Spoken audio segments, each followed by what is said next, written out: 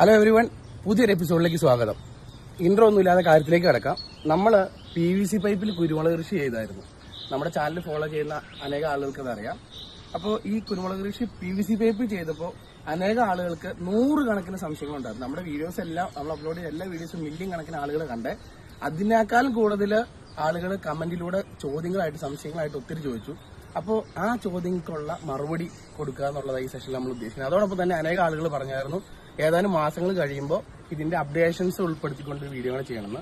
അപ്പോൾ ഈ PVC പൈപ്പിൽ കുരുമുളക് കൃഷി ചെയ്തതുമായിട്ട് ബന്ധപ്പെട്ട് നിങ്ങൾ ചോദിച്ച സംശയങ്ങൾക്കുള്ള മറുപടി പ്ലസ് ഇപ്പോഴത്തെ ഒരു അവസ്ഥ, എന്റെ ഒരു അവലോകനം, ഈ ഇത്ര നാളത്തെ ഒരു എക്സ്പീരിയൻസിൽ നിന്നുള്ള എന്റെ ഒരു അവലോകനം കൂടിയാണ് ഈ വീഡിയോയിലൂടെ ഉൾപ്പെടുത്താനായിട്ട് ശ്രമിക്കുന്നത്.